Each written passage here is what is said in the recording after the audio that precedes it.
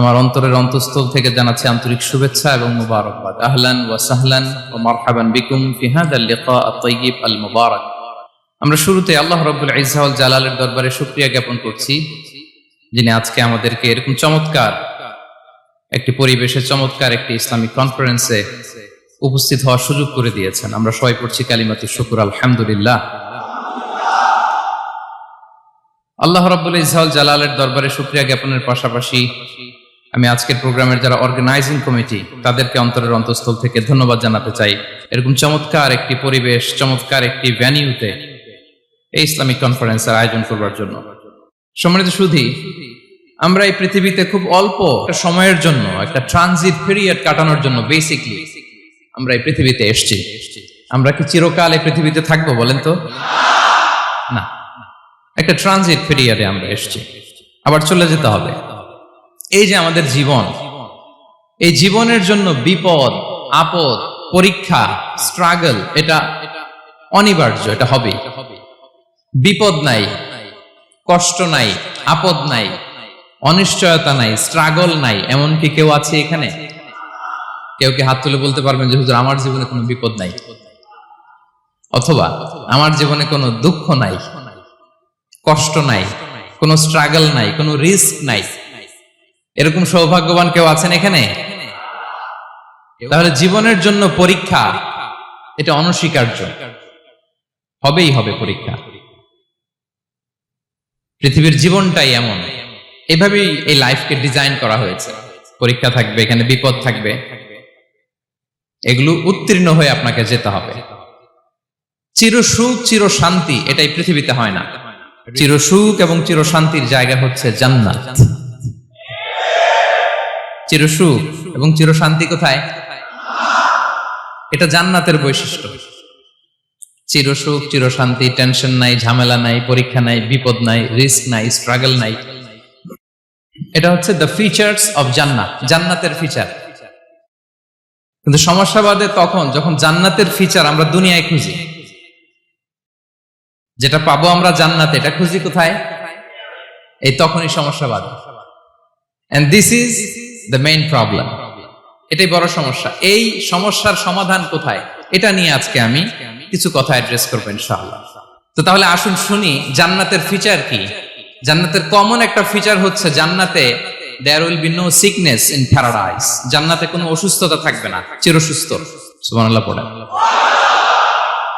চিরসুস্থ, চির সবল, কেউ অসুস্থ হবে না জান্নাতে। জান্নাত হবে অ্যান্টি এইজিং, জান্নাতে বয়স বাড়বে না কারো, চির যৌবনা, চির যুবক, অ্যান্টি এজিং। আপনারা জানেন যে বর্তমান পৃথিবীতে অ্যান্টি এজিং ক্রিম পাওয়া যায় না? ক্রিম, কথা বুঝতেছেন? অ্যান্টি এজিং ক্রিম পাওয়া যায়। তারা বলে এই ক্রিম মাখলে চামড়ায় ভাঁজ পড়ে না। এটার দাম আছে কিন্তু অনেক। অ্যান্টি এজিং ক্রিম লাগায়, শ্যাম্পু ইউজ করে, অ্যান্টি এজিং অয়েল আছে, এটা দিলে নাকি চামড়ায় ভাঁজ পড়ে না। ইভেন ভারতের অনেক বড় একজন ব্যবসায়ী মুকেশ আম্বানি, নাম শুনছেন না? যে তার ছেলের বিয়ে হয়ে গেল, তো এই মুকেশ আম্বানির স্ত্রী নীতা আম্বানি, সে কিছুদিন আগে এক বোতল গোল্ড ওয়াটার খেয়েছে, gold water, and it's cost $60,000। $60,000 দাম এক বোতল গোল্ড ওয়াটারের। কেন? ফর অ্যান্টি এজিং, যাতে বয়সের ছাপ গালে না থাকে। এখন বলেন, এভাবে কি আমাদের বয়সকে ধরে রাখা সম্ভব এই পৃথিবীতে? সম্ভব না, কারণ এই ফিচারটা দুনিয়ার ফিচার না, এটা জান্নাতের ফিচার। সুবহানাল্লাহ পড়েন। তাহলে জান্নাতে কেউ অসুস্থ হবে না, জান্নাত হবে চির যৌবন, চির যৌবনা। ওখানে আমরা যুবক থাকবো, প্রত্যেকে 33 বছরের যুবক যুবতী হয়ে জান্নাতে ঢুকবো। বিষ্ণু ইসলাম বলেন, আহলুল জান্নাতি জুরদা ওয়া মুরদা ওয়া আবনাউ 30 ওয়া 30। জান্নাতে যারা যাবে শুভ্র, দাড়িবিহীন, প্রত্যেকে হবে 33 বছর বয়সের। ওই যে 33 বছর বয়সে একবার ঢুকলেন, আর বয়স বাড়বে না, ওইটাই চিরকাল ওই বয়স পাবেন। জান্নাতের আরেকটা ফিচার হচ্ছে নো ফ্রাস্ট্রেশন, কোনো চিন্তা নাই, দুশ্চিন্তা নাই, হাইপার টেনশন নাই, সজীব, প্রাণবন্ত। সুবহানাল্লাহ। জান্নাতের আরেকটা ফিচার হচ্ছে there is no expiry date in জান্নাত। এক্সপায়ারি ডেট আছে? জান্নাতে যে ঢুকবো 7 দিনের জন্য চেক ইন নাকি? চেক ইন কয় দিনের জন্য? 7 দিন 10 দিন পরে চেক আউট করে ফেলবে এরকম না, নো এক্সপায়ারি ডেট। আজীবন একবার এন্ট্রি পেলে বের হওয়ার টেনশন নাই। আল্লাহু আকবার। তাহলে no expiry date, rather it's eternal. আজীবন থাকবেন, খালিদিনা ফিহা, চিরকাল থাকবেন। এবং জান্নাতের সবচাইতে গুরুত্বপূর্ণ ফিচার হচ্ছে there will be no death in জান্নাত। জান্নাতে আপনার আর মৃত্যু হবে না, মৃত্যুর বিদায় হবে। তার মানে আপনি অমর হবেন। তাহলে আপনি চির সুস্থ, চির সবল হবেন জান্নাতে, চির যুবক থাকবেন, প্রাণবন্ত থাকবেন, আপনি অমর হবেন, আপনি জান্নাতে মরবেন না।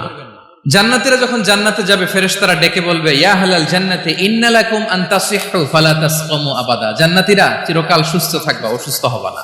ইন্না লাকুম আন তাশিব্বু ফালা তাহরামু আবাদা। তোমরা শাবাব থাকবা, বুড়া হবা না। ওয়া ইন্না লাকুম আন তাহইয়াউ ফালা তামুতু আবাদা। চিরকাল বেঁচে থাকবা, মরবা না। এবং সেদিন জান্নাতে মৃত্যু দেয়া হবে, মৃত্যু দেয়া হবে। ইউতাল মাউতু বিকাবশিন আমলাহ। একটা ছাগলের আকৃতিতে মৃত্যুকে আনা হবে। ফায়ুযবাহুল মাউত, মৃত্যুকে জবাই দেয়া হবে।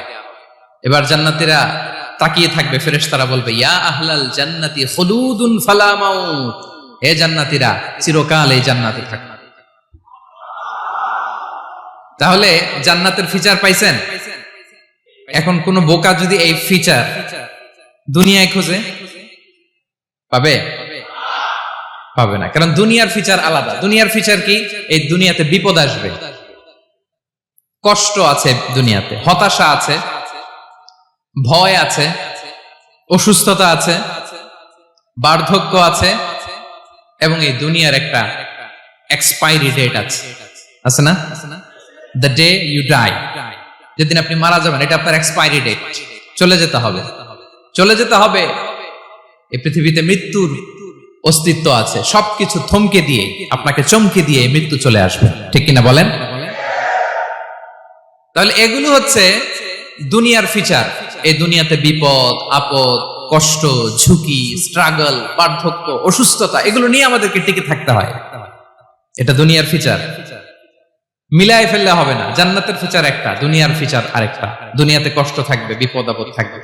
এই দুনিয়ার ফিচারটা আল্লাহ তাআলা কোরআনের একটা আয়াতে খুব চমৎকার ভাবে উল্লেখ করেছেন। সেটা দিয়েই আমি আলোচনা শুরু করেছি। আল্লাহ তাআলা ইরশাদ করছেন, ওয়ালা নাবলুওয়ান্নাকুম বিশাইইম মিনাল খাউফি ওয়াল জুই ওয়া নাকসিম মিনাল আমওয়ালি ওয়াল আনফুসি ওয়াস সামারাত ওয়া বাশশিরিস সাবিরিন।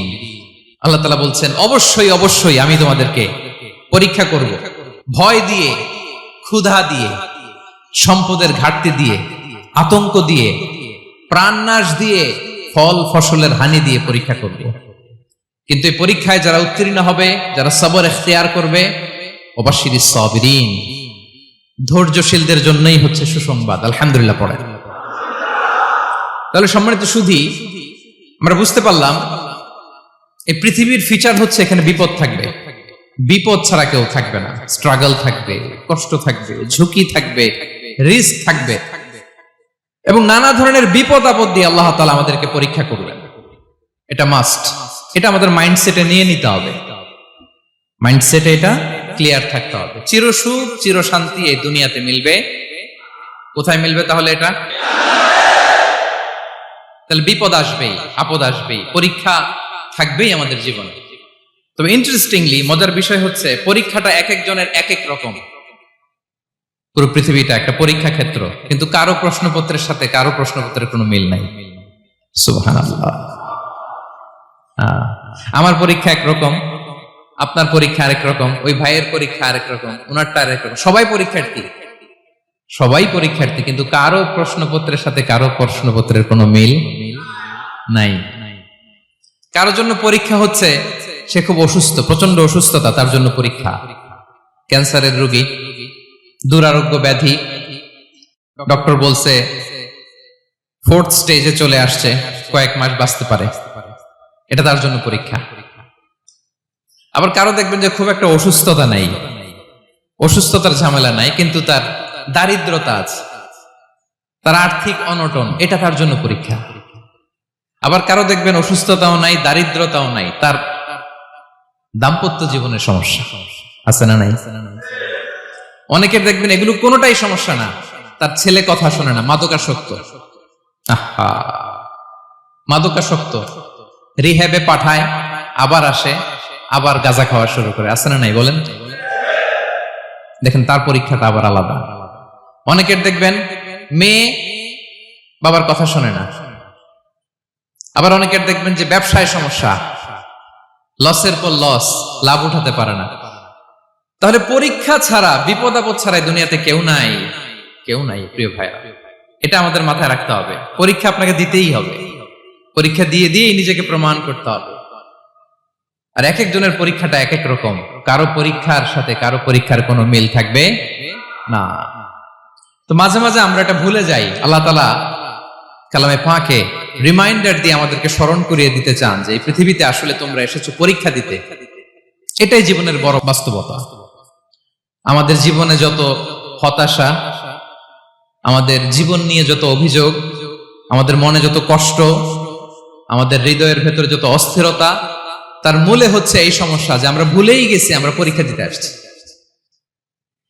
এটা যদি ভুলে না যান, এটা যদি আপনার মাইন্ডসেটে থাকে যে পুরো জীবনটা একটা পরীক্ষা, তাহলে দেখবেন কোনো কিছু আপনাকে কাবু করতে পারবে না। আপনি হতাশ হবেন না, জীবন নিয়ে আর অভিযোগ থাকবে না, আপনি ভেঙে পড়বেন না, সব অভিযোগ হতাশা দূর হয়ে যাবে।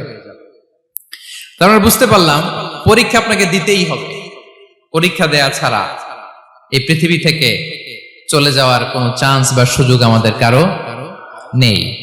সূরাতুল আনকাবুতে আল্লাহ তাআলা এই কথাটা আরো চমৎকার ভাবে বলেছেন। আল্লাহ তাআলা ইরশাদ করছেন, আহাসিবান নাসু আইয়ুতরাকু আইয়াকুলু আমান্না ওয়া হুম লা ইফতানুন ওয়ালাকাদ ফাতান্নাল্লাযীনা মিন ক্বাবলিহিম ফালা ইয়া'লামান্নাল্লাহু আল্লাযীনা সাদাকু ওয়া লা ইয়া'লামান্নাল কাযিবিন। আল্লাহ বলেন, মানুষ কি ভেবেছে সে শুধু বলবে আমি ঈমানদার আর তাকে আমি জান্নাতে ঢুকাই দিব? না, কখনো না, কোশ্চিন কালেও না।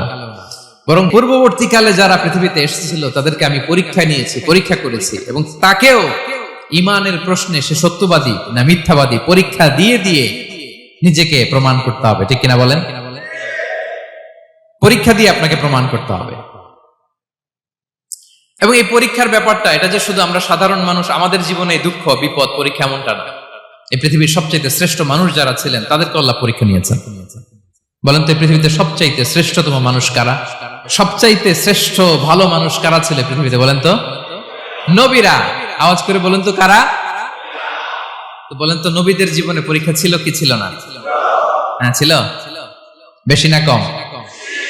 বিষ্ণু ইসলামকে জিজ্ঞাসা করা হলো, আইয়ুন নাসি আশাদ্দু বালাআন ইয়া রাসূলুল্লাহ, হে আল্লাহর রাসূল এই পৃথিবীতে কাদের জীবনে পরীক্ষা বেশি? বিষ্ণু ইসলাম বললেন, আল আম্বিয়া, নবীদের জীবনে। আল আম্বিয়া সুম্মাল আমসাল ফাল আমসাল, সবচাইতে জীবনে পরীক্ষার সম্মুখীন সবচাইতে বেশি হয়েছেন নবীরা। তারপরে নবীদের পরবর্তী অবস্থান যাদের, সিদ্দিকীন যারা, সোহাদা যারা, সলিহিন যারা, আল্লাহওয়ালা যারা, তাদের জীবনে পরীক্ষা বেশি।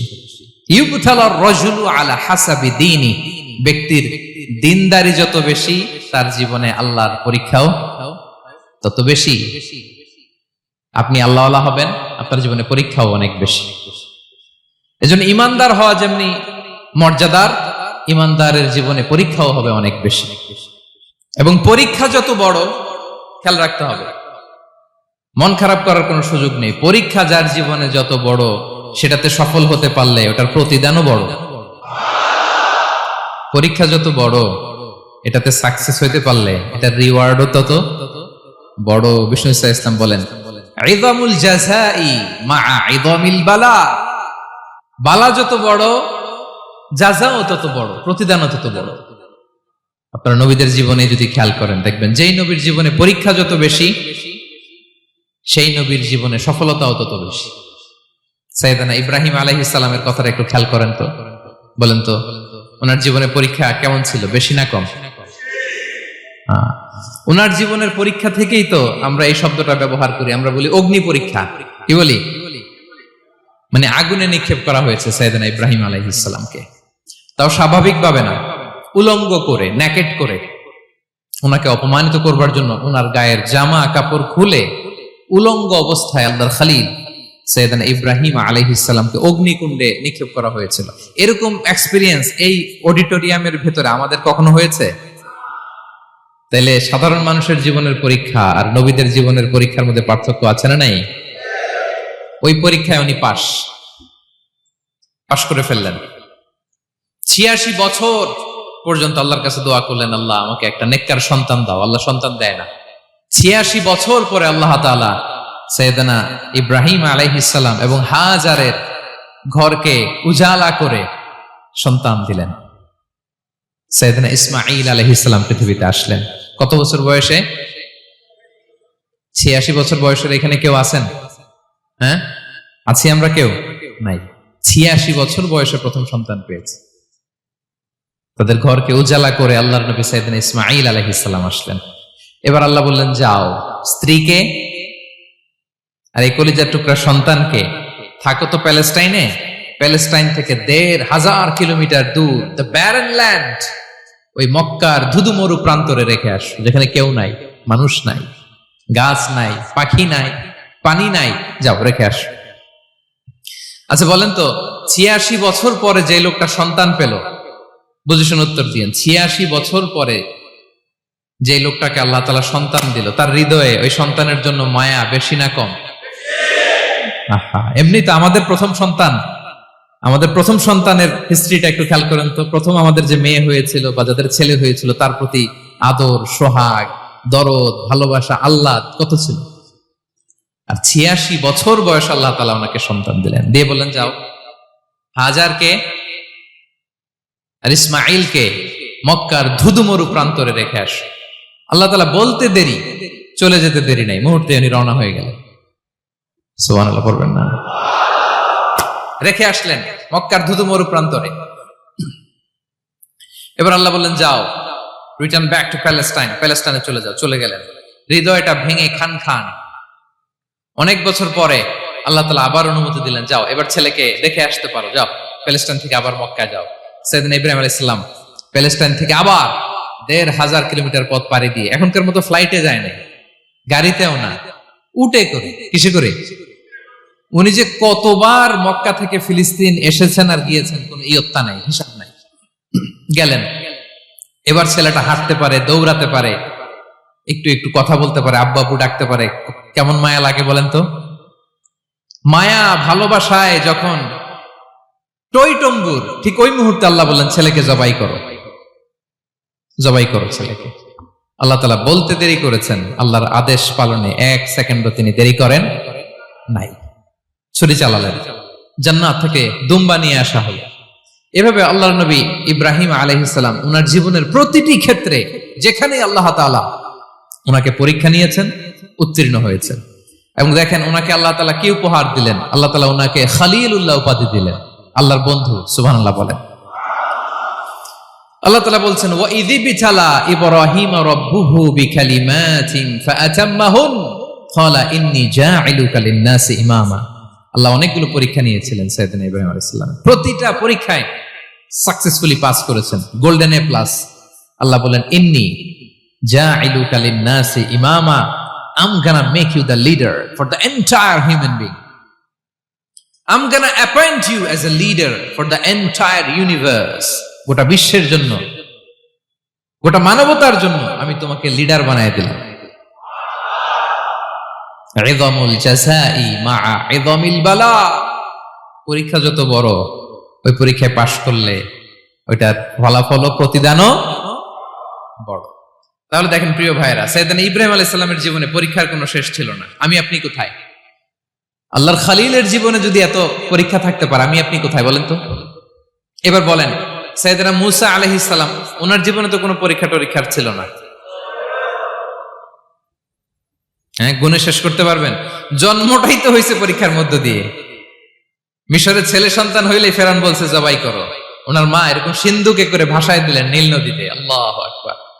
কি একটা রোমাঞ্চকর পরিস্থিতির মধ্য দিয়ে আল্লাহ তাআলা ওনাকে বাঁচালেন। সুবহানাল্লাহ। জন্মই হয়েছে পরীক্ষার মধ্যে দিয়ে। বড় হইলেন, ফেরাউনের ভয়ে দেশ ত্যাগ করলেন, মিশর থেকে মাদিয়ান। আবার আল্লাহর আদেশে যখন ফিরে আসলেন, আবার ফেরাউনের সাথে তর্ক বিতর্ক, যুদ্ধ। একটা রাত আল্লাহ নবী মুসা আলাইহিস সালাম শান্তি মতো মিশরে ঘুমাতে পারে নাই। একটা রাত। শেষ পর্যন্ত এই ফেরাউন মুসা আলাইহিস সালামকে ধাওয়া করেছে। ফেরাউনের ধ্বংসের আগ পর্যন্ত সে মুসা আলাইহিস সালামকে ধাওয়া করেছে। তার মানে মুসা আলাইহিস সালাম এই বিপদ আপদ পরীক্ষা এগুলো থেকে মুক্তি পান নাই। এবার বলেন ঈসা আলাইহিস সালামের কথা। উনার জীবনে তার পরীক্ষা ছিল না? কি পরীক্ষা ছিল? হ্যাঁ, আল্লাহু আকবার। Same scenario goes to the biography of every messenger in the world. পৃথিবীর সব নবীর ক্ষেত্রে একই ঘটনা ঘটেছে।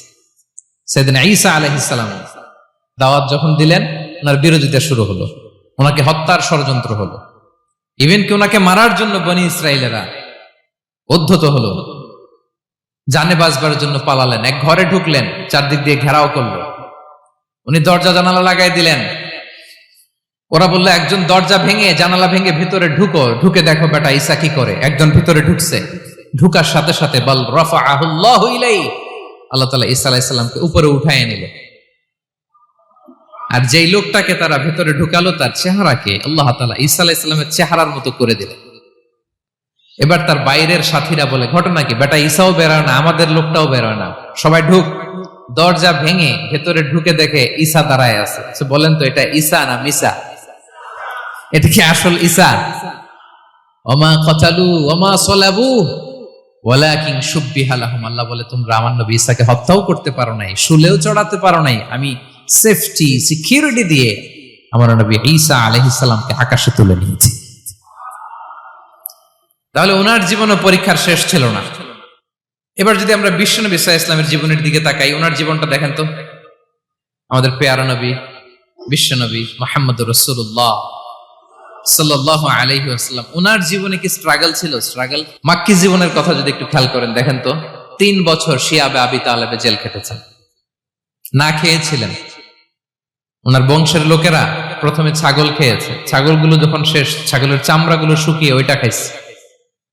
গাছের পাতা ছাল এগুলো খেয়ে খাবারের অভাবে বেহুশ হয়ে পড়ে থাকতো তারা, না খেয়ে। না খেয়ে কয়দিন ছিলেন আপনি? আমি কয়দিন ছিলাম না খেয়ে? মনেই তো পড়ে না, না খেয়েছিলাম কিনা কোনোদিন। এ হচ্ছে মাক্কি জীবন। মেন্টালি প্রেসার দেয়া হয়েছে। বিশ্বনবীর চাচা আবুল আহাব, তার 2 ছেলে উতবা আর উতাইবা, এদের সাথে বিয়ে দিয়েছিলেন 2 মেয়ের। যখন দাওয়াত দেওয়া শুরু করলেন 2 মেয়েকে ডিভোর্স দিয়ে দিল। দেখেন একটা বাবার জন্য প্রাপ্তবয়স্কা মেয়েকে যখন উঠায় নেয়ার আগে ডিভোর্স দেয়, তার মানসিক অবস্থাটা কেমন থাকে বলেন? মেন্টালি প্রেসারাইজ করা হয়েছে, ফিজিক্যালি হ্যারাস করা হয়েছে। বিষ্ণু ইসলাম যখন নামাজে দাঁড়াতেন, উটের পচা নারী ভুঁড়ি বিষ্ণুনবীর কাঁধে চাপিয়ে দেওয়া হতো। আপনার জীবনে এরকম ঘটছে কখনো? আপনি নামাজ পড়তেছেন, উটের পচা নারী ভুঁড়ি আপনার কাঁধে চাপিয়ে দেওয়া হয়েছে। কয়দিন হয়েছে এরকম? কয়দিন হয়েছে? হ্যাঁ, তারপরে তো আলহামদুলিল্লাহ বেরোয় না মুখ দিয়ে। কেমন আছেন হুজুর কোয়েন না, বেশি একটা সুবিধার না, তাই না? বেশি একটা একটু মিলাবেন। কতটুকু পরীক্ষা আমরা দিয়েছি। তায়েফে গেলেন বিশ্বনবী, তায়েফে গেছিলেন জমির বায়না দিতে, তাই না? জমি কিনবে তায়েফে। তায়েফবাসীদেরকে জাহান্নামের আগুন থেকে বাঁচাতে গিয়েছিলেন, নিজের জন্য না। সেখানে তায়েফের ছেলেরা পাথর মেরেছে বিষ্ণু ইসলামের গায়ে। এত শুভ্র দেহ ছিল, চেহারা ছিল, বিষ্ণুবীর গা দিয়ে ঝরঝর করে রক্ত ঝরেছে। ফিজিক্যাল হ্যারাসমেন্টের শিকার হয়েছেন বিষ্ণু ইসলাম। যখন যেদিন বিষ্ণু ইসলামকে হত্যার ষড়যন্ত্র করা হলো, আল্লাহ তাআলার আদেশে তিনি মক্কা থেকে মদিনায় হিজরত করলেন। মদিনাতে যে একটা রাত 7ম হিজরির আগ পর্যন্ত শান্তিতে ঘুমাতে পারেন নাই। 3 দিকে 3 ইহুদি বসতি, বনু কাইনুকা, বনু নদীর, বনু কুরাইজা। খাওয়ার মধ্যে বিষ মিশিয়ে দেয়া হয়েছিল বিষ্ণু ইসলামের। বাজুর, খাসির বাজুর রান পছন্দ করতেন। এক ইহুদি মহিলা বিষ্ণু ইসলামের ওই রানের মধ্যে বিষ মিশিয়ে দিয়েছিল। ওই বিষের যন্ত্রণায় মৃত্যুর আগ পর্যন্ত বিষ্ণুনবী কাতরাতেন। এবং উনি ইন্তেকালের সময় ওই বিষের ব্যথা যন্ত্রণাতে ইন্তেকাল করেছেন। বিষ্ণুনবীর ইন্তেকালটা শাহাদাতের ইন্তেকাল ছিল। বিষ্ণু ইসলাম বলেছেন, ওই যে খায়বার এলাকার ওই মহিলা যে আমার খাবারে বিষ মিশিয়েছিল সেই বিষের যন্ত্রণা, বেদনা, কষ্ট আমি অনুভব করছি। খেয়ে না খেয়ে দিন প্রচারের কাজে নিজেকে দিয়েছ বিলিয়ে, তায়েফের কাফিরেরা চিনল না সে আলো, দুষ্ট ছেলেদের পিছু দিল লেলিয়ে, পাথরের আঘাতে ক্ষত বিক্ষত হয়ে সারা শরীর থেকে রক্ত ঝরে। হে রাসূল তোমাকে ভুলি আমি কেমন করে, হে রাসূল তোমাকে ভুলি আমি কেমন করে। হাজার ব্যথা বেদনার পরে ফিরে আসনি তুমি আপন ঘরে, দিনের আলো তুমি ছড়িয়ে দিতে চলে গেলে মদিনায় মক্কা ছেড়ে। হে রাসূল তোমাকে ভুলি আমি কেমন করে, হে রাসূল তোমাকে ভুলি আমি কেমন করে। ঠিক কিনা বলেন? একটা রাত শান্তিতে শান্তির ঘুম তিনি দিতে পারেন নাই। প্রিয় ভাইরা, তাহলে আমরা কি বুঝলাম? বিশ্বনবীর জীবনও পরীক্ষা ছিল কি ছিল না? আমাদের উপায় আছে? আমরা বাঁচতে পারবো এই বিপদ আপদ পরীক্ষা ঝঞ্ঝাল থেকে? বাঁচতে চাইলেও বাঁচতে পারবো? পারবো না। ইমাম মালিক আলাইহি রাহমা নাম শুনেছেন? ইমাম মালিক, ওনার জ্ঞান থেকে লাখো লাখো মানুষ উপকৃত হয়েছে, কোটি কোটি মানুষ উপকৃত হয়েছে। মদিনার রাস্তায় রশি দিয়ে ওনাকে টেনে হিচড়ে এক এলাকা থেকে আরেক এলাকায় নিত জালেম বাদশারা। ইমাম মালিক আলাইহি রাহমা। ইমাম আহমদ ইবনে হাম্বল, ওনাকে বেত্রাঘাত করা হতো, চাবুক দিয়ে পেটানো হতো। আমাদের মাযহাবের ইমাম আল ইমাম আল আযম আবু হানিফা আলাইহি রাহমা, ওনাকে কারাবন্দী করা হয়েছিল। তার মানে দেখেন, যত বড় বড় স্কলার, যত বড় বড় মাশায়েখ, এমনকি আম্বিয়া আলাইহিমুস সালাম, ওনারাও পরীক্ষা বিপদ আপদ থেকে রেহাই পান। পাইছে? তাহলে আপনি আর আমি পাবো? বলেন তো।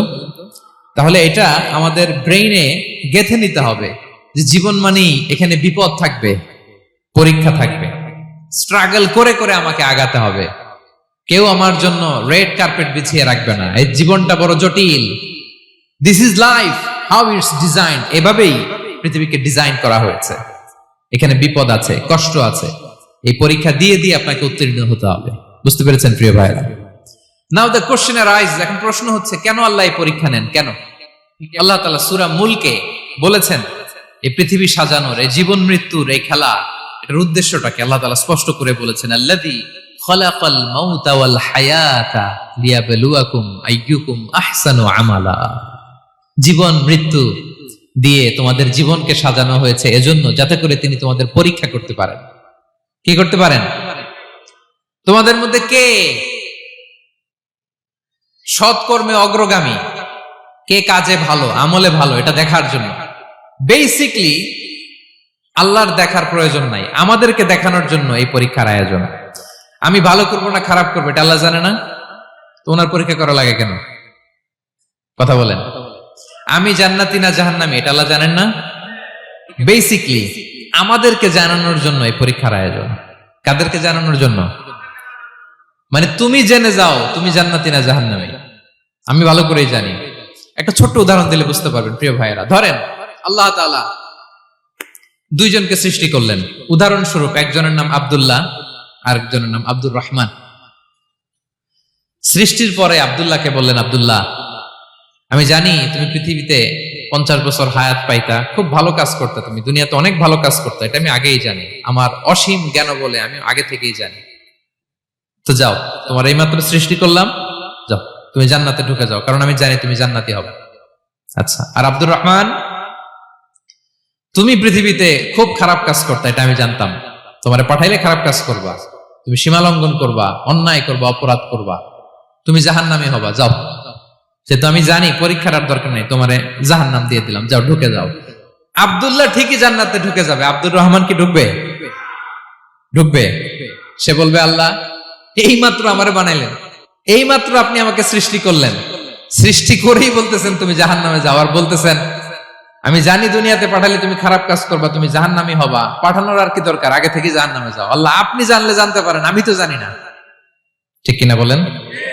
সে বলবে না আল্লাহ আপনি ভুল বলতেছেন, এই দুনিয়াতে পাঠাইলে আমি খুব ভালো কাজ করতাম, আমি সীমা লঙ্ঘন করতাম না, নামাজ পড়তাম, রোজা রাখতাম, হজ করতাম, যাকাত দিতাম, সাদাকা করতাম, চ্যারিটি করতাম, জনকল্যাণকর সব ভালো কাজগুলো আল্লাহ আমি করতাম। এজন্য আল্লাহ তাআলা পরীক্ষার আয়োজন করেছেন, যাতে করে তুমি জেনে যাও যে পৃথিবীতে তুমি কি করেছো। এখন আর আল্লাহকে এক্সকিউজ দেওয়ার সুযোগ নেই। আচ্ছা বলেন তো, আবু জাহেলকে যদি আল্লাহ এখন কিয়ামতের দিন বলে Abu Jahl go to the hell fire, আবু জাহেলের কিছু বলার সুযোগ আছে? কারণ ও দুনিয়াতে কি করে আসছে এটাও জানে না। ফেরাউনকে ডেকে যদি আল্লাহ বলে ফেরাউন তুমি জাহান্নামে যাও, go to the hell fire, ওর কি কোনো এক্সকিউজ দেওয়ার সুযোগ আছে? বলেন, সুযোগ আর আছে? কারণ তুমি দুনিয়াতে কি করেছো তোমার চেয়ে ভালো কেউ আর জানে। পৃথিবীতে এই পরীক্ষার এই আয়োজনের সবচাইতে বড় উদ্দেশ্য হচ্ছে যাতে করে আমরা দেখে যাই যে আমরা কি কাজ করছি। কেউ যখন পরীক্ষা দেয় প্রিয় ভাইরা, ওই পরীক্ষায় কত পাবে তার একটা হিসাব আছে না? বলেন, আপনি গণিত পরীক্ষা দিয়ে আসছেন, যে 100তে 100 পাবে সে বলতে পারে আমার সব অঙ্ক হয়েছে, ঠিক কিনা বলেন? আর যে লাড্ডু গুড্ডু বুঝছেন তো, কিছুই পারে নাই, ঘোড়ার ডিম, তারও একটা হিসাব আছে যে সে কিছুই লিখে আসতে পারে নাই। তাই পৃথিবীতে এই পরীক্ষার আয়োজনের প্রধানতম কারণ হচ্ছে যাতে করে আমরা বুঝে যেতে পারি যে আমরা কোথায় যাব, জান্নাতে না জাহান্নামে। প্রিয় সুধী, এ পর্যায়ে আমরা জানবো এই যে পরীক্ষা আল্লাহ তাআলা নিচ্ছেন আমাদেরকে, এই পরীক্ষায় সফল হওয়ার মূল মন্ত্র কি? কোরআনে বিভিন্ন আয়াতে এই পরীক্ষার কথা বলা হয়েছে এবং এই পরীক্ষার সফলতার মূল মন্ত্রও কোরআনে ঘোষিত হয়েছে। আলহামদুলিল্লাহ বলেন। যে আয়াত দিয়ে আমি শুরু করেছি এই আয়াতে আল্লাহ তাআলা বলেছেন ওয়াবাশশিরিস সাবিরিন, নবী হে ধৈর্যশীলদেরকে আপনি সুসংবাদ দিন, ধৈর্যশীলদেরকে সুসংবাদ দিন। তার মানে বিপদে ধৈর্য ধারণ করতে হবে প্রিয় ভাইরা। ইন্নামাস সাবরু ইনদা সাদামাতিল উলা, বিপদে আমরা অনেক সময় প্যানিক হয়ে যাই, অস্থির হয়ে যাই, কি করব, হতাশ না। মুমিনরা হতাশ হয় না, ধৈর্য ধারণ করে। কি করে? কি করে?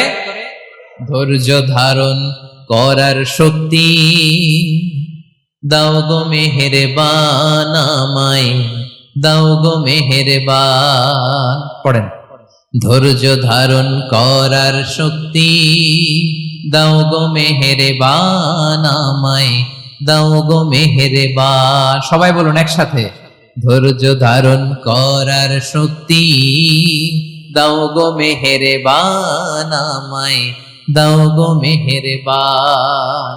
বুকের ভেতর ব্যথার নদী বইছে অবিরাম, বইছে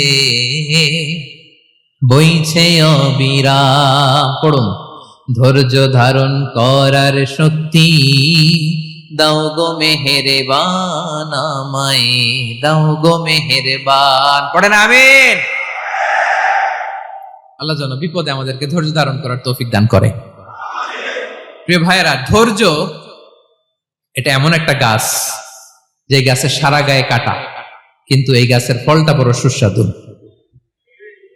আই রিপিট, আমি আবারও বলছি, ধৈর্য এটা এমন একটা গাছ যে গাছের সারা গায়ে কাটা, কিন্তু ফলটা বড় মিষ্টি, ফলটা বড় সুস্বাদু। সবাই ধৈর্য ধারণ করতে পারে না। বিষ্ণু ইসলামকে আল্লাহ তাআলা নানা সময় আশ্বস্ত করেছেন, সান্ত্বনা দিয়েছেন, আর ধৈর্যের বাণী শুনিয়েছেন। আল্লাহ বলেন ফাসবির কামা সাবারা উলুল আজমি মিনার রাসূল, নবী হে আপনার আগে দৃঢ় প্রত্যয়ী নবীরা যেরকম ধৈর্য ধারণ করেছে আপনিও ধৈর্য ধারণ করুন। সূরাতুল মুজাম্মিল আল্লাহ তাআলা বলছেন ওয়াসবির আলা মা ইয়াকুলুনা ওয়াহজুরহুম হাজরান জামিলা, ওরা যাই বলুক আপনি ধৈর্য ধারণ করুন, ওদের কথাকে ইগনোর করুন। Just ignore what they are saying to you, যা বলে আপনি জাস্ট ইগনোর করেন। ওরা বিষ্ণু ঈসা ইসলামের মনোবলকে ভেঙে দেওয়ার জন্য কখনো বিষ্ণু ঈসা ইসলামকে কবি বলে গালি দিত। কবি কি বলতো? শায়ের। কখনো বলতো মজনুন, পাগল। নাউজুবিল্লাহ পড়বেন না? পাগল বলে গালি দিত। মাঝে মাঝে বলতো কাহিন, গণক। মাঝে মাঝে বিষ্ণু ঈসা ইসলামকে তারা বলতো আবতার, লেস কাটা। মুহাম্মদ, তোমার ছেলে নাই, তোমার বংশ নির্বংশ হয়ে গেছে, তোমার নাম নেয়ার মতো কেউ নাই। আহা, কপাল পোড়া। গোটা বিশ্বব্যাপী বিষ্ণু ঈসা ইসলামের সুনাম সুখ্যাতি ছড়িয়ে দিয়েছে কে? আকাশ বাতাস মাড়িয়ে, সাত আকাশ ছাড়িয়ে আল্লাহর আরশ পর্যন্ত আল্লাহ তাআলা বিষ্ণু নবীর সুনাম সুখ্যাতিকে সুউচ্চ করেছেন, ঠিক কিনা বলেন? ইগনোর করুন। আপনাকে কবি বলে, গণক বলে, আপনাকে পাগল বলে, আপনাকে লেসকাটা বলে, জাস্ট ইগনোর দেন। বর্তমান সময়েও নানা ধরনের ট্যাগ আমাদেরকেও দেয় কি দেয় না বলেন? দেয়। আমাদেরকে কি বলে? মৌলবাদী বলে, বলে বলে ওই যে রাজাকার বলে। রাজাকার রাজাকার খেলার দিন শেষ। মন মতো হইলে মুক্তিযোদ্ধা, মন মতো না হইলে রাজাকার, এই দিন শেষ। ওই দিন আর নাই, এই কার্ড দিয়ে আর খেলার দিন নাই। এগুলো মানুষ আর খায় না এখন, এগুলো গিলে না আর। সাধারণ মানুষ বড্ড সচেতন। দেখেন, কালের বিবর্তনে, সময়ের আবর্তনে একই পরিক্রমা আমাদেরকেও ট্যাগিং করে। আমাদেরকে মৌলবাদী বলে, ব্যাকডেটেড বলে, রাজাকার বলে, জঙ্গি বলে, যুদ্ধাপরাধী বলে। আছে না এরকম? ওয়াসবির আলা মা ইয়াকুলুন, নিজের সাথে মিলায় নেন। যা বলে ধৈর্য ধারণ করো। ওয়াহজুরহুম হাজরান জামিলা, জাস্ট ইগনোর দেন, ভালোভাবে ইগনোর করেন, খালাস, সালাম দিয়ে কেটে পড়েন। তাহলে প্রিয় ভাইরা, এই বিপদ আপদ আমাদের পিছু ছাড়বে না, পিছু ছাড়বে না। নবীদের পিছু ছাড়ে নাই, আমরা কোথায়? আমরা আর কি? বিপদ আমাদেরকে ধৈর্য ধারণ করতে হবে, মনোবল হারাইলে হবে না। দেখেন বিশ্বনবী কিভাবে আপনাদেরকে সান্ত্বনা দেয়। বিশ্বনবী বলেন, আজাবান লি আমরিল মুমিন, মুমিনের ব্যাপারটা বড় আশ্চর্যজনক। ফাইন্না আমরাহু কুল্লাহু লাহু খাইর, মুমিনের জীবনে যা ঘটে সবটাই খাইর, সবটাই কল্যাণ। ইন আসাবাতহু সাররাউ শাকারা ফাকানা খাইরাল্লাহ ওয়া ইন আসাবাতহু দাররাউ সাবারা ফাকানা খাইরাল্লাহ। মুমিনের জীবনে যদি সুখ আসে তাহলে মুমিন শুকরগুজার হয়, এটা তার জন্য ভালো। আর যদি মুমিন জীবনে দুঃখ আসে তাহলে সে সবর ইখতিয়ার করে, এটাও তার জন্য ভালো। সুবহানাল্লাহ। তাহলে দেখেন, আমরা হয় সুখে থাকি নয় দুঃখে থাকি, ঠিক কিনা বলেন? তাহলে সুখের সময় আমরা শুকর করি, কি করি? শুকরগুজার হই। শুকরিয়া করাও একটা ইবাদত, শুকরিয়া করাও কি? আর দুঃখের সময় আমরা সবর করি, সবর করাটাও একটা। তাহলে আমাদের পুরো জীবনটাই ইবাদত, পুরো জীবনটাই। সুখের সময় শুকর আর দুঃখের সময় সবর। আওয়াজ করে বলেন, সুখের সময় শুকর আর দুঃখের সময়। এই দুই ইবাদত মুমিন জীবনে চলমান, কন্টিনিউয়াস, একটা উইন উইন সিচুয়েশন। কি বলেন? উইন উইন হয়ে গেল না? যেই পরিস্থিতিতেই থাকে আমাদের জন্য লাভ। আল্লাহু আকবার। তাহলে প্রিয় ভাইরা, এটাই জীবনের বাস্তবতা। সবর আমাদেরকে ইখতিয়ার করতে হবে, হতাশ হওয়া যাবে না। অনেকে আমরা অল্পতে হতাশ হই। এই যে আমরা ধৈর্য ধারণ করছি, এর ফল পাচ্ছি না। দীর্ঘ দেড় দশক ধরে ধৈর্য ধারণ করছেন না আপনারা? এখন মুক্তি, স্বাধীনতা, বিজয় এনে দিয়েছে কে? ধৈর্য ধারণ করুন। ধৈর্যের যে ফলাফল, এটা বড় মিষ্টি। ধৈর্য এমন একটা গাছ, এই গাছের সারা গায়ে কাটা, কিন্তু এর ফলটা বড় সুস্বাদু, এর ফলটা বড় মিষ্টি। ধৈর্য ধারণ করার অভ্যাস করতে হবে প্রিয় ভাইরা। মুমিন হতাশ হয় না, হাল ছেড়ে দেয় না। মুমিন ভরসা রাখে একজনের উপর, তিনি কে? লা তাইআসু মির রাউহিল্লাহ ইন্নাহু লা ইয়াইআসু মির রাউহিল্লাহি ইল্লাল কওমুল কাফিরুন। আল্লাহর রহম থেকে, রহম থেকে নিরাশ হয়ে যাও না। কাফির ছাড়া, অকৃতজ্ঞ ছাড়া কেউ আল্লাহর রহ থেকে, আশা থেকে নিরাশ হয় না। শয়তানের সবচেয়ে বড় মিশন হলো আমাদেরকে হতাশ বানানো, এটা খেয়াল রাখবেন। শয়তানের সবচাইতে বড় মিশন কি? আমাদেরকে হতাশ করে দেয়া। হতাশ বানাইতে পারলে সে সাকসেসফুল, খুশি। কিন্তু আমরা এত সহজে হতাশ হই না, আমরা নিরাশ হই না, আমরা বিপদে হাল ছেড়ে দেই না, আমরা ভরসা রাখি এক মহান সত্তার উপর। তিনি কে? মনে থাকবে? বিপদ আসলে ভেঙে পড়বেন? ভিসা না হইলে কান্নাকাটি শুরু করবেন? ব্যবসায় লস হইলে হাউমাউ? হ্যাঁ, দেশ থেকে কোনো দুঃসংবাদ আসলে হতাশ হবেন, ভেঙে পড়বেন? ধৈর্য ধারণ করব আমরা। আওয়াজ করে বলেন, আমরা কি করব? সবর। বিপদ ট্যাকেল দেওয়ার প্রথম স্টেপ হচ্ছে সবর। ধৈর্য ধারণ করতে হবে। অবশ্যই সাবিরিন, ধৈর্যশীলদেরকে সুসংবাদ দাও। বিপদ থেকে বাঁচার দ্বিতীয় স্টেপ হচ্ছে এই বিপদ থেকে উত্তরণের চেষ্টা করতে হবে। কন্টিনিউয়াস প্রচেষ্টা চালিয়ে যেতে হবে। ওয়াল্লাযীনা জাহাদু ফিনা লানাহদিয়ান্নাহুম সুবুলানা, যারা আমার রাস্তায় চেষ্টা করে, প্রচেষ্টা করে, স্ট্রাগল করে, তাদেরকে আমি পথ দেখিয়ে দেই, সুবুল দেখিয়ে দেই, ওয়ে আউট দেখায় দেই, এক্সিট দেখায় দেই। কোথাও আটকাবেন না আপনি, আপনাকে এক্সিট দেখাই দিবে কে? মালয়েশিয়াতে কেলুয়ার বলে না? কেলুয়ার কি বলে চিনেন? কেলুয়ার মানে কি? এক্সিট। এক্সিট পেয়ে যাবেন, আটকাবেন না আপনি জীবনে কোথাও। 3 নাম্বার, আল্লাহর উপর তাওয়াক্কুল করতে হবে বিপদ আসলে। ওমাইয়া তাওয়াক্কাল আলাল্লাহি ফাহুয়া হাসবুহ, আল্লাহর উপর যে তাওয়াক্কুল করে আল্লাহই তার জন্য যথেষ্ট হয়ে যায়। তাহলে বিপদে প্রিয় ভাইয়ের আমরা প্যানিক হব না, ধৈর্য ধারণ করব, বিপদ থেকে উত্তরণের সর্বোচ্চ প্রচেষ্টা চালিয়ে যাব, আর ভরসা রাখবো একজনের উপর, তিনি কে? আর বিপদ আসলে এটাকে নেগেটিভলি নেবেন না সবসময়। বিপদ আপদ এটা অনেক পজিটিভ ভালো জিনিস আমাদের জীবনে বয়ে নিয়ে আসে। শাইখুল ইসলাম ইবনু তাইমিয়া আলাইহি রাহমা উনি বলতেন, খুব দামি কথা, খুব হেভি ওয়েট কথা, মনোযোগ দিয়ে শুনুন। তিনি বলতেন, যে নেয়ামত তোমাকে আল্লাহ থেকে দূরে সরায়, ওই নেয়ামতের চেয়ে বিপদ ভালো যে বিপদ তোমাকে আল্লাহর দিকে ধাবিত করে। আই রিপিট, আমি আবারও বলি, যে নাজ নেয়ামত তোমাকে আল্লাহ থেকে দূরে সরিয়ে দেয়, সে নাজ নেয়ামতের চেয়ে ওই বিপদ আপদ ভালো যে বিপদ আপদ তোমাকে আল্লাহর কাছে টেনে নেয়। তাহলে বিপদ আপদ আসলে আপনি হতাশ হবেন? আর কখনো দুঃখ করবেন? মোয়ারের ভাইয়েরা, আর মন খারাপ করবেন? আপনি খেয়াল করে দেখেন, বিপদ আসলে আমরা আল্লাহরে ডাকি বেশি। যখন অসুস্থ আপনি খেয়াল করেন তো, আল্লাহ আল্লাহ তুমি ছাড়া বাঁচানোর কেউ নাই, আল্লাহ আল্লাহ তুমি হেফাজত করো, আল্লাহ তুমি সুস্থ করে দাও। যখন লাইফ থ্রেট, দেখেন আপনি গুম হয়ে যেতে পারেন, আপনার কারাবন্দী করতে পারে, এরকম একটা বিপদের মধ্যে আছেন, তখন খেয়াল করেন তো আল্লাহর সাথে আপনার কানেক্টিভিটি, রিলেশনশিপটা কতটা ডেভেলপ হয়। কারণ বিপদে পড়লে আমরা আল্লাহরে ডাকি বেশি। তাহলে বিপদ আপদেরও কিছু পজিটিভ সাইড বা দিক আমাদের জীবনে আছে না নাই? অনেক পজিটিভ দিক আছে, কয়েকটা শেয়ার করি। 1 নাম্বার, আল্লাহ 1 নাম্বার পজিটিভ সাইড তো বললাম, ইমাম ইবনু তাইমিয়া যেটা বললেন। এরপরে হচ্ছে মাঝে মাঝে আল্লাহ তাআলা আমাদের মর্যাদাকে আপগ্রেড করতে চায়, এলিভেট করতে চায়। আপনি ধরেন কোন একটা এয়ারলাইন্সের রেগুলার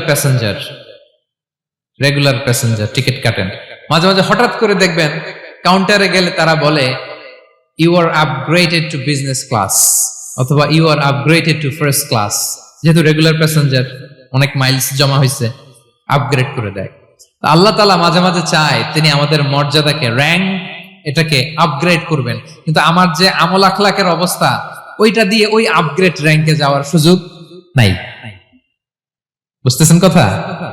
আল্লাহ চায় আমার লেভেল একটু আপ করতে, কিন্তু আমার আমলের যে অবস্থা, এতে আমি ওখানে যাই না। তখন আল্লাহ কিছু বিপদ আপদ দিয়ে, পরীক্ষা দিয়ে বান্দাকে টেস্ট করে। ওই পরীক্ষায় যদি উত্তীর্ণ হন, সাথে সাথে আল্লাহ তাআলা আপনার লেভেল বা র্যাঙ্ক আপগ্রেড করে দেয়। সুবহানাল্লাহ পড়বেন না? তাহলে লাভ না লস? আওয়াজ করে বলেন, লাভ না লস? মুমিন জীবনের সব লাভ। যত বিপদ আপদ আপনাকে স্পর্শ করে, প্রতিটাতেই আপনার জন্য কল্যাণ। বিষ্ণু ইসলাম বলেন, মা ইউসিবুল মুসলিমা মিন নাসাবিন ওয়ালা ওয়াসাবিন ওয়ালা হাম্মিন ওয়ালা হুজনিন ওয়ালা আযান ওয়ালা গাম্মিন হাত্তা শাওকাতি ইউশাকুহা ইল্লা কাফারাল্লাহু বিহা খাতায়া। আপনার জীবনে যত দুঃখ, যত যন্ত্রণা, যত টেনশন, যত অ্যাংজাইটি, যত ইনজুরি, এমনকি গোলাপ ফুল পাড়তে যে ওখানে যে কাটা বাঁধছে, বরই খেতে যে বরই গাছে ওঠার পর যে একটা কাটা বিঁধছে আপনার হাতে, এর কারণে আল্লাহ তাআলা আপনার গুনাহ মাফ করে দেয়। সুবহানাল্লাহ। তাহলে বিপদ আপদ দিয়ে আল্লাহ বান্দার মর্যাদাকে আপগ্রেড করে। বিপদ আপদে ফেলে আল্লাহ তাআলা বান্দার পাপ মোচন করে। বিপদ আপদ দিয়ে আল্লাহ তাআলা বান্দার শাস্তি মওকুফ করে। এমন পাপ করছেন এটার জন্য শাস্তি বরাদ্দ হয়ে গেছে, কিন্তু আল্লাহ তাআলা ওই শাস্তি থেকে মাঝে মাঝে আপনাকে বাঁচাতে চায়, তখন কিছু বিপদ দিয়ে বান্দারে পরীক্ষা করে। উত্তীর্ণ হলেই আল্লাহ তাআলা ওই শাস্তিকে মওকুফ করে দেয়। তাহলে আসুন সামারি করি, পুরো আলোচনাটার সামারি করি। 1 নম্বর সামারি হচ্ছে বিপদ আপদ, পরীক্ষা, স্ট্রাগল, কষ্ট, এটা সুন্নাতুল্লাহি ফিদ দুনিয়া। এই দুনিয়ায় আল্লাহর সুন্নাত, এর বাইরে কেউ যেতে পারে না, ইভেন নট দ্য মেসেঞ্জার্স, নবীরাও না। আজকের আলোচনায় শুনছেন না নবীদের জীবন দিয়ে কি গেছে, ups and downs, test and trial, নবীরাও না। তাহলে এটা আমাদের মাইন্ডসেটের সাথে সেট আপ করে নিতে হবে যে অতীতে, বর্তমানে, ভবিষ্যতে বিপদ আপদ মুক্ত এই পৃথিবীতে কেউ থাকবে না। পারবেন? হ্যাঁ, এটা মাইন্ডসেটে নিয়ে নিতে হবে যে এটাই জীবন, বিপদ আপদ দিয়ে আল্লাহ পরীক্ষা করবেন। এটাই পৃথিবী, চির সুখ চির শান্তি এই পৃথিবীতে খুঁজলেই পাওয়া যায় না। শুরুতে বলছিলাম না, চির সুখ চির শান্তি। বলেন তো এটা কি দুনিয়ার ফিচার না জান্নাতের ফিচার? জান্নাতের ফিচার দুনিয়ায় খুঁজলে পাওয়া যাবে? যাবে না। তাহলে আজকের আলোচনার 1 নম্বর লেসন হচ্ছে বিপদ আপদ এটা সুন্নাতুল্লাহি ফিদ দুনিয়া।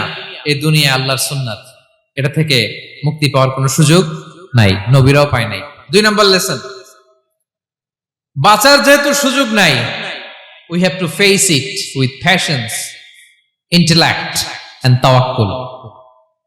বিপদে অস্থির হওয়া যাবে না, এটাকে ফেস করতে হবে উইথ পেশেন্স, ধৈর্যের সাথে। বিপদ আমরা মোকাবেলা করব কিসের সাথে? ধৈর্য। প্যানিক হবেন না, অস্থির হবেন না, ধৈর্য ধারণ করবেন।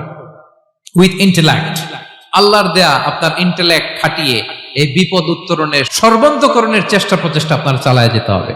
আর সবশেষে আত-তাওয়াক্কুল আলাল্লাহ, ডিপেন্ডিং অন আল্লাহ, ভরসা করব কার উপর? আল্লাহর উপর। পারা যাবে তো? আচ্ছা, 2টা লেসন গেল। 3 নম্বর লেসন হচ্ছে আমাদের ছেলে মেয়েদেরকে we have to educate our child regarding the test and trial in this dunya.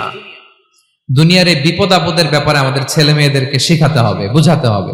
ওরা ছোট মানুষ তো অস্থির হয়ে যায়, আব্বু আমার সাথে কেন এমন হয়, আমারই শুধু পেন্সিল চুরি হয়, আমারই শুধু এটা হয়, আমি পরীক্ষায় খারাপ করি, আমি ব্যথা পাই, আমার এই আমার সেই। ছোট মানুষ তো বুঝে না।